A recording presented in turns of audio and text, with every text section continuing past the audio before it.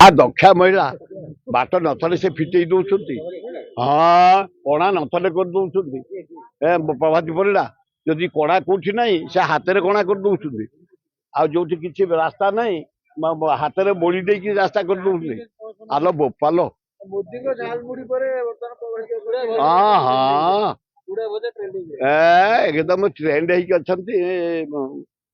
ଯିଏ ଆମର ବେଳା ପଡିଛି ରାମ୍ପି ଯାଅ ରାମ୍ପି ଯାଅ। ତାଙ୍କ ଅଗଣାରୁ ବାହାରିବ।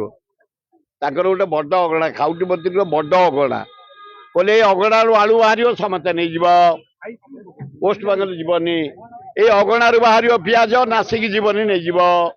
ଏଇ ଅଗଣାରୁ ଅଣ୍ଡା ବାହାରିବ ଆନ୍ଧ୍ର ଯିବନି ନେଇଯିବ। ଏଇଠୁ ବାହାରିବ ମାଛ ଆନ୍ଧ୍ର ଯିବନି ମୋ ଅଗଣାରୁ ନେଇଯିବ।